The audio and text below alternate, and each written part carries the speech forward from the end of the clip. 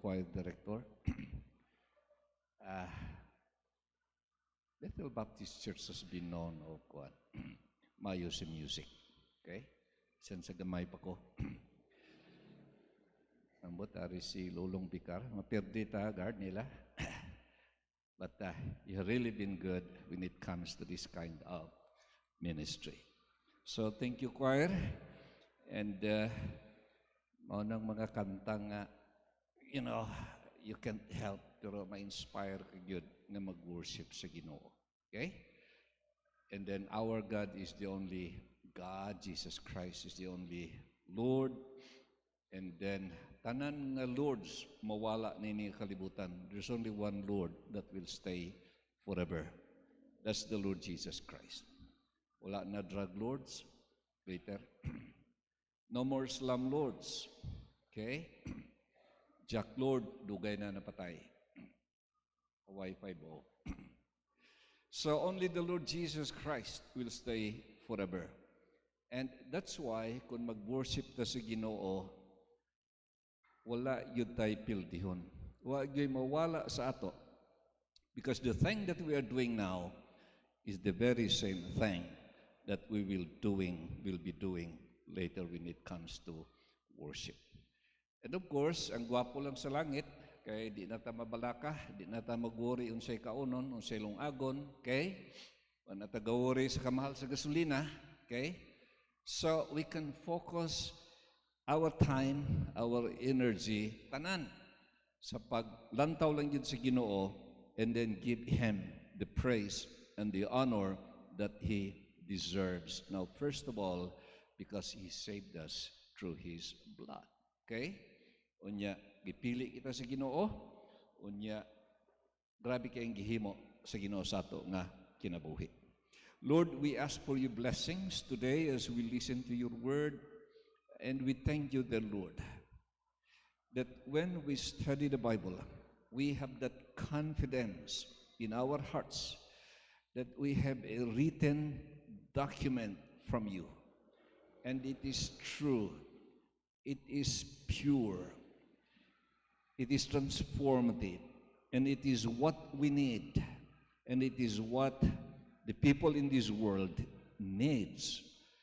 Because the Bible tells us about salvation, hope, joy that we can find only in you. So, Father, we thank you that we are not wasting our time. We are not wasting our resources. We are not wasting anything here, Lord, when we worship you. We reap all those spiritual, even material benefits, Lord, when we follow you. So bless us and use your servant. And our prayer, because we know Satan is out there, he wants to do something to disrupt our attention, and he wants to snatch whatever truths you want to be impressed, implanted in our hearts and our minds. Lord, please stop him, keep him at bay. We know that you are our powerful God.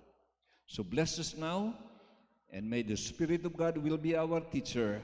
Your presence will be felt, and your voice will be heard today. Continue to bless this church. Thank you that it has been there for many, many years. It's about to celebrate its 100th year anniversary, Lord, and we thank you that the message has not changed, and the outlook, the vision of the ministry is still the same. And the Bible is still considered as the authority when it comes to life and practice, belief and practice, Lord. So bless us now. In Jesus' name we pray. Amen. Now, I want to bring your attention to the book of James. Now, daghan sa ato nakahibalo nga ang book of James is a book about practical Christianity. Maning kagwapo aning James. Now, of course, di ba nato ma-deny nga may mga butang dire that has something to do with doctrines too. Okay? So, undoubtedly, gatuo yun ta nga ang book of James was written by James, the brother of the Lord Jesus Christ. Okay? Now, that's a pain in the neck among other religious groups who don't believe or who believe on the perpetual virginity of Mary. Okay? Pero kita iya nga mga Kristohanon, gatuog yun ta, based on the Word of God, may igsuon si Kristo Jesus. And one of his brothers was the one who wrote the book of James. And then when James wrote to these people, he said, James, the servant of God. Siguro kung nakulang sa kang James, igsuon gud nako si Kristo Jesus. I played with him. Okay? I spent time with him. Okay? So siguro, to pad my resume, pakita sa tao nga masaligan yun niyang akong isulat, then I have to tell people that, hey, James, the brother of the Lord Jesus Christ. But it's very interesting. When he introduced himself, he ID'd himself as the servant of the Lord Jesus Christ. Okay? Servant ko ni Christ. Because for him, it's not his earthly brotherhood with Christ that is important. It's his position being a servant of Jesus Christ. So that's why he said, James, the servant of the Lord Jesus Christ. Now, he said here to the 12 tribes which are scattered abroad, greeting. Now, of course, ang uban ka pangunahuna nga most likely gisulat lang yun ni sa mga Hudyo kay 12 tribes scattered abroad. Kay naman ko yung mga references there. If there comes to the assembly like that, assembly means synagogue, so gatuo yun sila. Nga halos ni mga Hudyo, but we believe that the influx of Gentile converts was beginning to flow sa early church. Okay? Galing kay dominant kayong mga Hudyo, so mo ni daw gi-address ni James sa mga Hudyo. Now, we need to understand that the people to whom he was writing was a suffering people. Okay? Grabe nga mga pag-antos. So mo ni, pagsulat ni James, iya da yung gitandog ang topic about trials. Okay? So, I don't know, unsay mga trials ng inyo ginagian sa inyo kinabuhi. Lately, sa akong pagkapastor, na ako'y mga kaila, close sa mo ang kasing-kasing, nga grabe nga mga pag-antos. Walay simptoma, okay? And then, ang iyang nanay, na ay problema gamay ingon niya, ay guro magpa-check up ko sa doktor, okay? Kay basin na i-problema ako nga wala lang na hibalan, wala pa na-detect, walay simptoma, wala ako'y na-feel, pag-adto sa doktor. Ika-4 na nga stage, brain cancer. Grabe nga mga problema. Okay? So, gapaampo gyud nga kadadlaw. Okay? Pangamuyuan siya. May isa pa gyud ka babae, asawa man sa Pastor Kailan o Kailan ni Pastor Nonoy. Grabe man nga mga pagtilaw. Okay? Mga pag-antos sa kinabuhi. And these are unsettling things atong kinabuhi. Okay? You cannot help but jolted. Kay murag ma-upset yun ang imo nga kinabuhi. Ang routine mo nga normal, mawala. Di ka kay baluon sa paghimuon. Mao ni nga mga pagtilaw na agian nining mga tao nga gisulatan ni James. Now, there are 3 things that I would like to share with you, but I doubt mahuman nato ni. Now, when it comes to trials, naa kitay gwapo nga response, a biblical response when we are tried. Ikaduha nga butang ang gitudlo ni James. Gipakita niya dire nga kung naatay mga pag-antos pagtilaw sa kinabuhi, we are confronted with problematic issues atong kinabuhi. Di ta kabalo ingon no James, you have to request wisdom from God. If any of you lack wisdom. And then if you are just willing to go through these trials, Tagumantahon nimo. Kay mao gyud ang kinabuhi. Ingon ni James, may naakay madawat sa Ginoo, the crown of life. Okay? Verse 12. Now, what should be our response? Ingon ni James, my brethren, count it all joy when you fall into diverse temptations. You know what? Sa karon nga standard, kaning approach ni James, dili ni acceptable. Ang tao mo paduol nimo, nagantos, ingnon lang din nimo, pikpiko ng nimo, Brad, count it all joy. Di na pwede. Karon you have to be sensitive to people. Imo silang istoryahon. Imong kwaon sa ilang babaon sa ilang ginabati. Dili kada niya mutambag. Kay usay ang atong balatian, pagkabati nato na problema at tambag na yun niya. Mas taas pang atong istorya kaysa taon ta nga gusto sa Ilonggo pa, magpautuwas, mag-bent out sa iya nga feeling. Okay? Ako, Brad, maupod na sa una. Naku, ikaila mo ni, ayaw, pamati ilang. Pero si James has a different approach. Ingon ni James, my brethren, count it all joy when you fall into diverse temptations. Now, here's the thing that I like. Ang word nga count, kung i-check nimo, sako lang nabasa-basa na, di man ko yun expert, pero manang nag-relate sa mga tao nga, na inahibaluan. Ang word nga count is ang original meaning. Nanay mga uban nga mga pulong, kahulugan. Pero sa akong hibalaan, the first meaning of the word count means to lead. Okay? To lead. L-E-A-D. Unya, ang ikaduha nga meaning na pod, natingala ko, nga mind. Okay? Lead and then mind. Dili lang sa ako mag-dwell sa duha, kay ingon nila kung nagadugay ko noon ng definitions nga ginahatag, murag nagalayo sa kahulugan. But here's the thing that I want us to understand. Gwapo kay ni.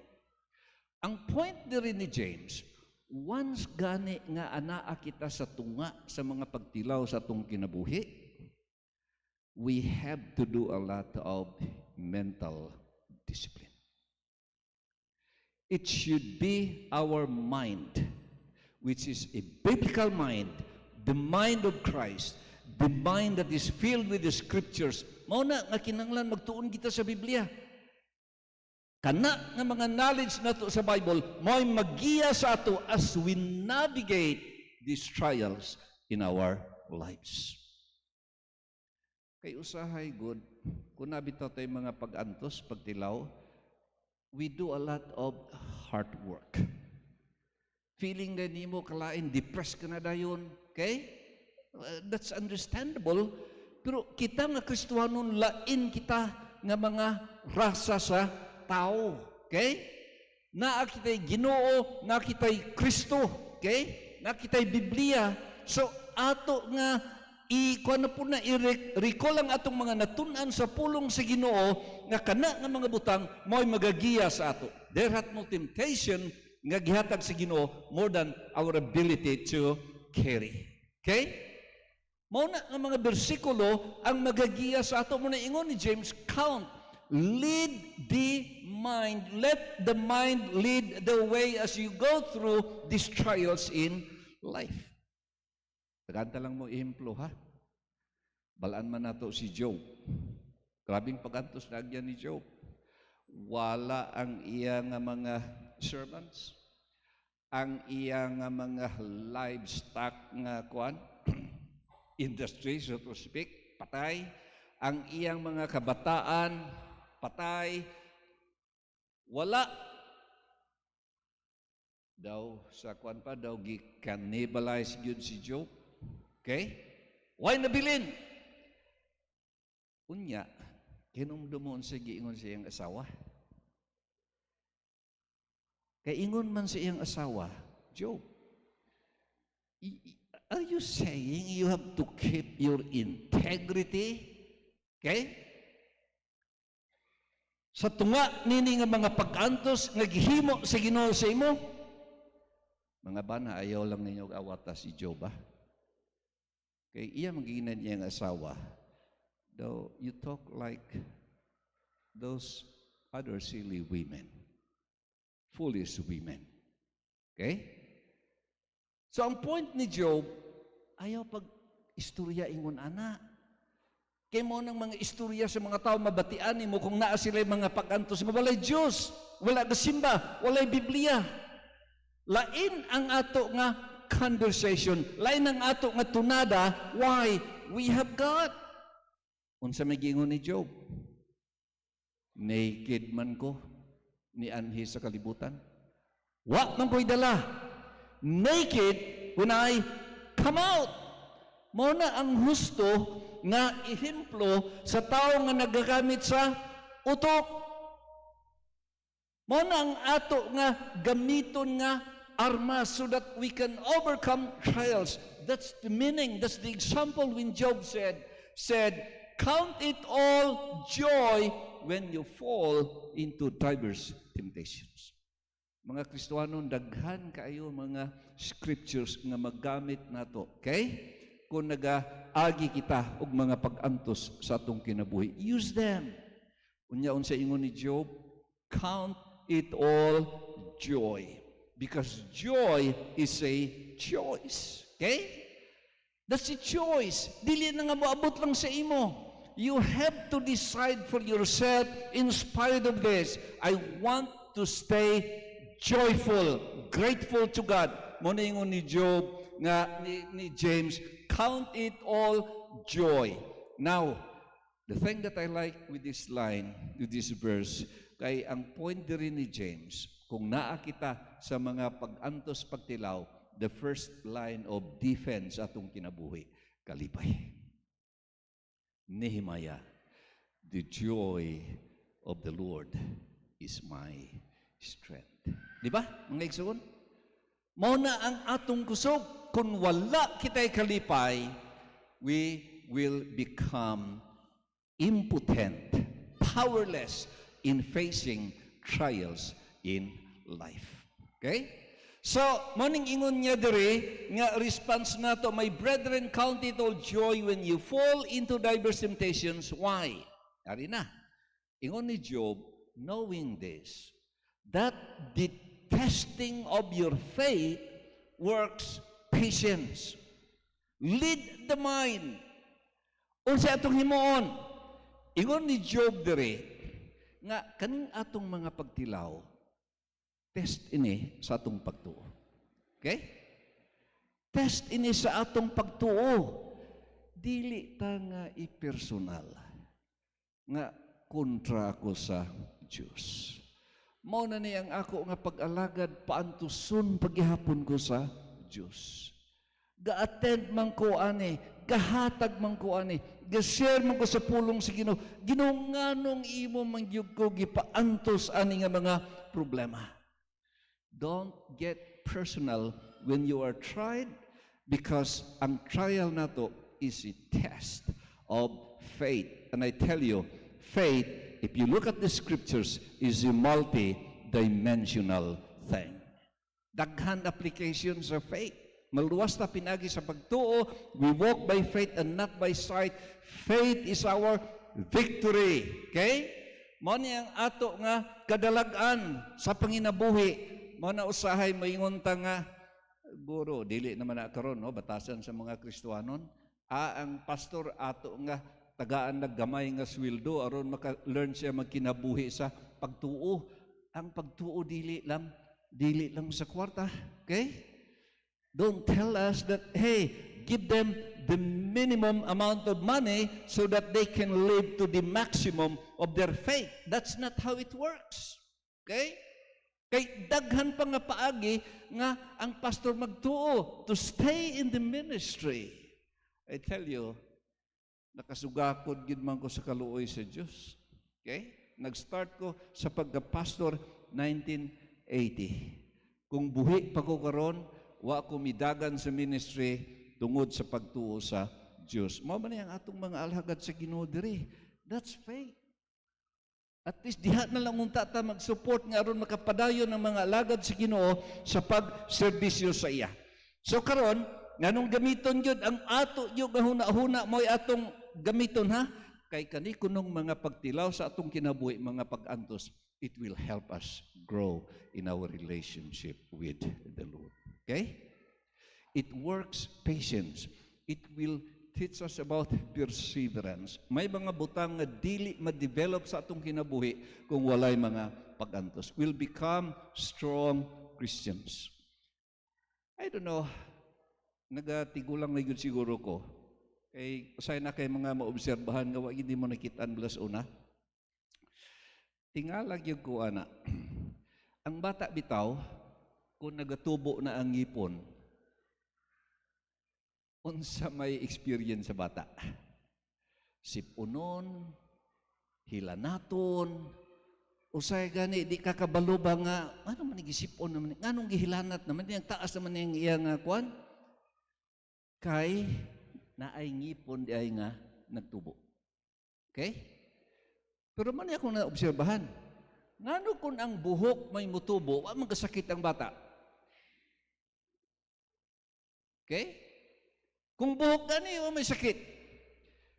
What the Bible is trying to teach us, ngano usay nga kalinturahon ta sa mga problema, gataas sa atong blood pressure sa mga problema, because God is building something strong in you. Naatay pangkagat. Okay? Makakaon ta og karne. Kay naay ngipon. So, mao ni diri ang butang ato nga pagalantawon. Now, guro uban sa inyo, naka-eskwela dito dapit sa Iloilo. Gabiyahe ko sa Capiz paingon sa Iloilo. Grabe kay nang dalan diha. Makaabot ka sa Iloilo gikan sa President Rojas, 2 ka kilo nga abog imo makaon. Unya kay diha dapit sa Barutak, uy lipay na mi kay grabe kay nang pita diha. Uy, gwapo naman ang kuan, nanay construction. Okay? Nya, nagsugod na og siminto-siminto. Unya, kaning DPWH, kabuluman po magkuan, hablada din sa ato, ila ding butangan og notice. Sorry for the inconvenience. We are building a better road for you. Uy, gwapo, no? You know what? Kung doon na tayo mga pag-antos, inconveniences sa atong kabuhi, God is telling us, sorry for the inconvenience. I am building a better you. Because the you or the me right now, dili pa ni ang pinakamayo, kinanglan magtubo pa ko. O nang giingon din ni James, but let patience have a perfect work that you may be perfect. That means you grow and entire, wanting nothing. And then if any of you lack wisdom, let him ask of God. Mangayo yuta ug kaalam sa Diyos. May mananatay mga amigo, matuta sa pastor, makaampo sa ato. Pero the bottom line sa kinabuhi mo ni, ang kaalam, gikan rin sa Diyos. Okay? So, muna, mangayo yun ta, dili din ta sa Ilonggo pa, sala-sala. Kuha na kay ko, elongated na ko. Si Buano, mas daghan, makong nahibalaan sa kuha noon, Ilonggo. And then, mangayo ta og kaalam sa Ginoo because God will give it to us. And then I like these Christians, if we decide to persevere sa tunga sa mga pagtilaw, pag-antos, ingon diri ni James, blessed is the man that endureth temptation, for when he is tried, he shall receive the crown of life which the Lord hath promised to them that love him. I like the last line of the verse.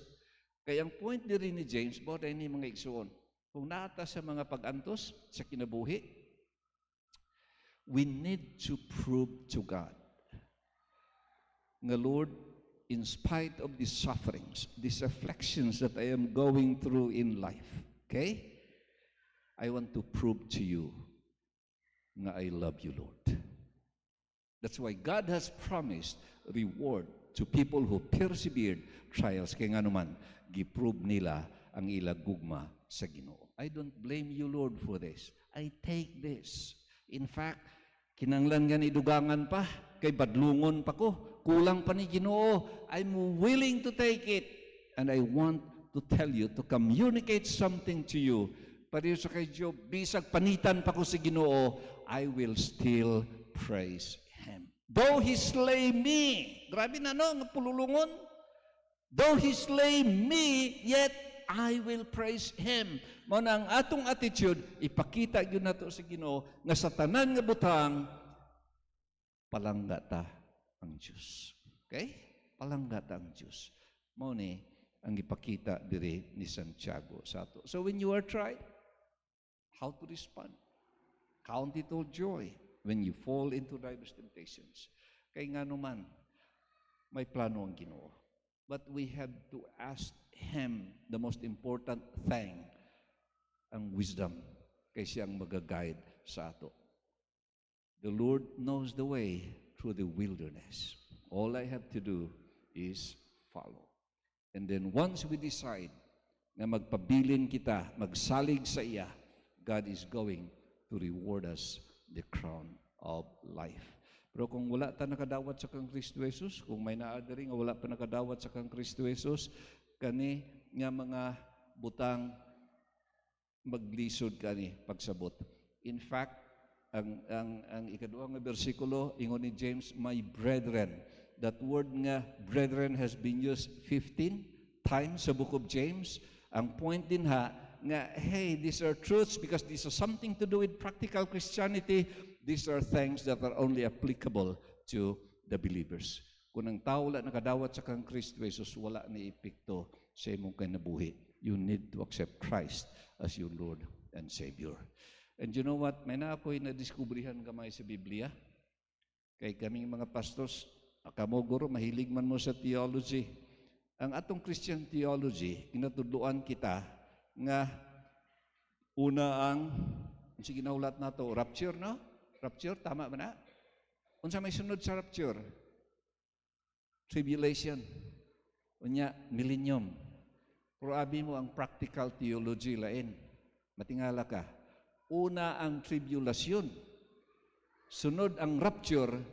Unya, millennium. Ang advantage nato, kaya kung nagdawat sa kang Kristo Jesus, will take part of the rapture, will avoid the tribulation, and it will take part in the millennium eternity. Ang wala nagdawat sa kang Kristo Jesus, luoy kayo. Way labot sa rapture, muagi siya og tribulation, and he will go through a millenniums of tribulations throughout eternity. Pag-antos sa iya nga kinabuhi. That's why pasalamat kita nga mga Kristiyano. Ingon ni San Pablo, we must go through a lot of tribulations before we can enter the kingdom of God. No? Pero katahom, musulod kita sa gingharian sa Diyos. Lord, bless these truths. Thank you sa imo mga kanakan. Thank you for the privilege of sharing these thoughts to your people.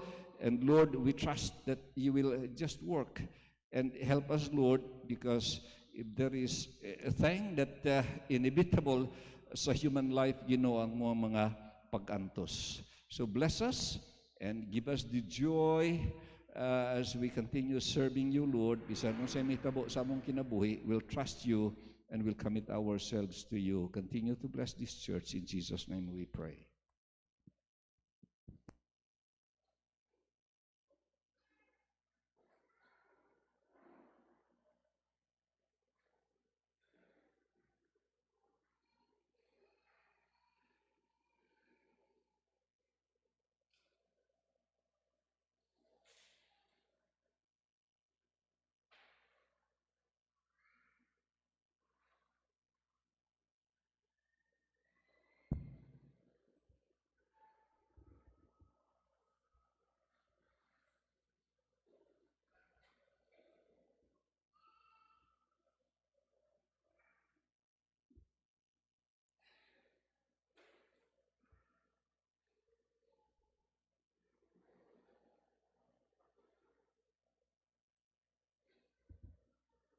Ambot ta, ganamhana namo nga Dios nga langit nun.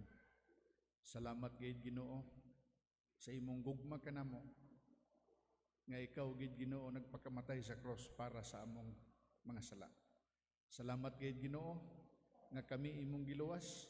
Salamat Ginoo sa imong balaan nga pulong nga among nadunggan karon. Nga kini Ginoo makadugang sa among pagsali ug pagtuo kanimo isip among Dios ug manluluwas. Salamat gayud Ginoo sa imong pagka-Dios sa among kinabuhi. Nga bisan Ginoo taliwala sa among mga problema, ikaw Ginoo nagpasabot sa imong kabubuton, sa imong plano sa imong mga kaanakan. Salamat Ginoo sa among naangkon nga mga pinansyal nga paagi nga panalangin sa miagi nga mga adlaw. Nga diin Ginoo among ibalik isab ang among katungdanan ngalan nga imong mga linuwas nga amo Ginoong ikapulo. Ug panalangin ni kini Ginoo nga sa among paghatag kini Ginoo nahiuyon gayud sa imong kabubuton. Sa ngalan ni Hesus. Amen.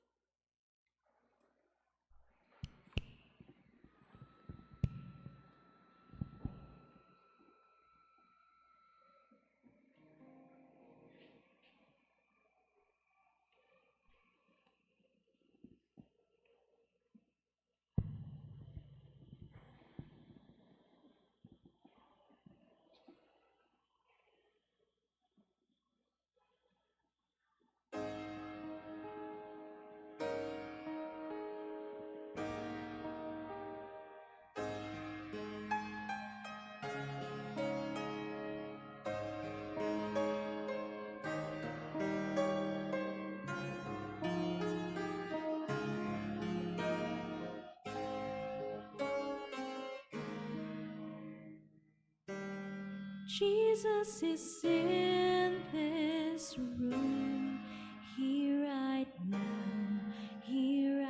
now, making this place I stand, holy ground, holy ground.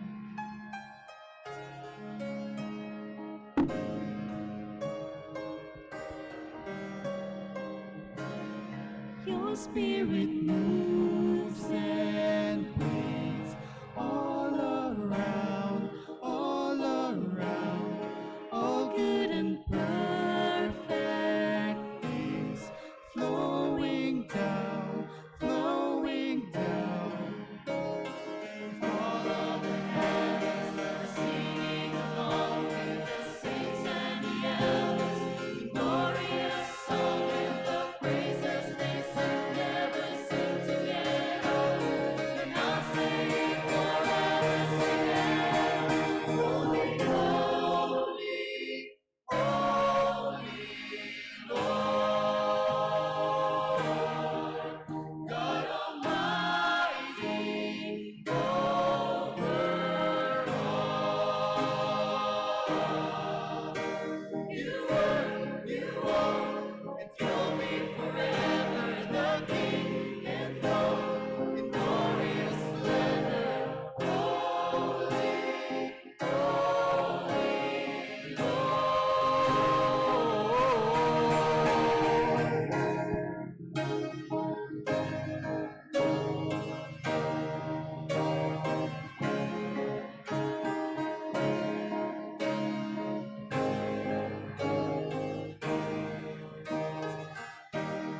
gentle love calling me closer still. Jesus, you're guiding me to your will, to your will. All of the heavens are singing along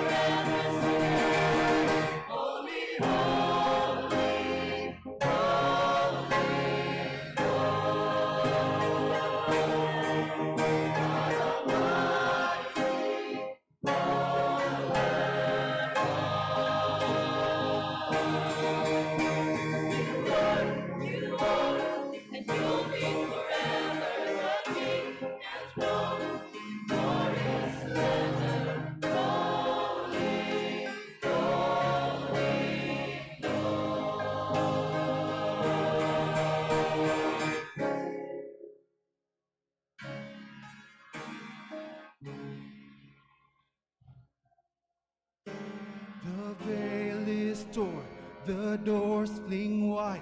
I see glory as I run inside the throne room. Before you, I bow.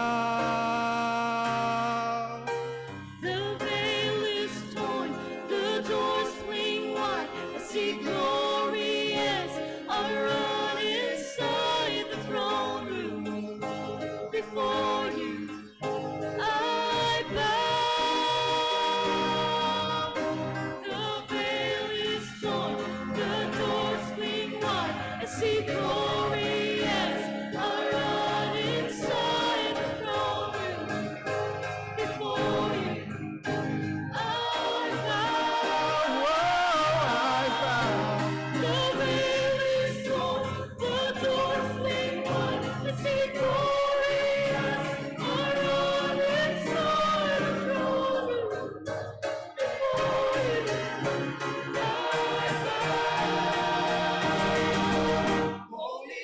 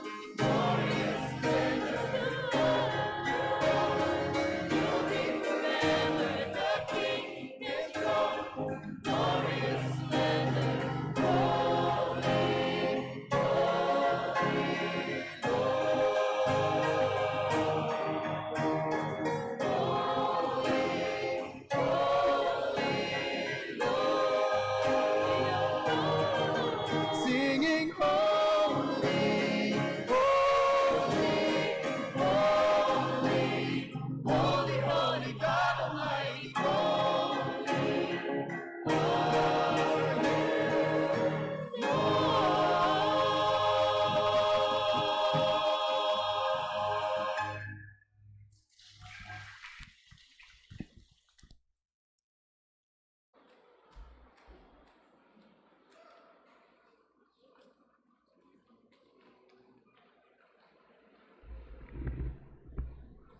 How wonderful it is to serve a holy, a perfect, righteous God, especially during a perilous time such as this.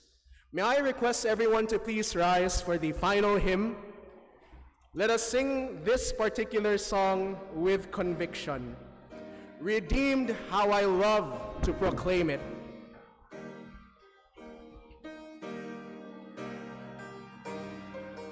Let us sing this with conviction. Ready? Redeemed, how I love to proclaim it. Redeemed by the blood of the Lamb. Redeemed through His infinite mercy, His child, and forever I am. Redeemed, redeemed, redeemed by the blood of the Lamb. Redeemed through His infinite mercy, His child, and forever I am. Redeemed and so happy in Jesus, no language my blood can tell. I know that the light of His presence with me doth continually dwell. Redeemed, redeemed, redeemed by the blood of the Lamb. Redeemed through His infinite mercy, His child, and forever I am. I think of my blessed Redeemer, I think of Him all the day long. I sing, for I cannot be silent, that love is the theme of my song. Redeemed, redeemed, redeemed by the blood of the Lamb, redeemed through His infinite mercy, His child, and forever I am.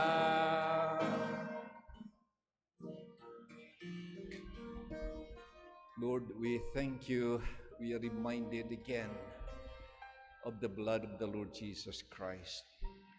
Lord, even in heaven, as the Bible has revealed to us, we'll still be talking about our redemption through the blood of Jesus Christ, and we'll worship Him throughout eternity. Thank you for the privilege of knowing your Son, Jesus Christ, as our Lord and Savior. Now unto Him that is able to keep you from falling, and to present you faultless before the presence of His glory with exceeding joy, to the only wise God, our Savior, be glory and majesty, dominion and power, both now and forever. Amen.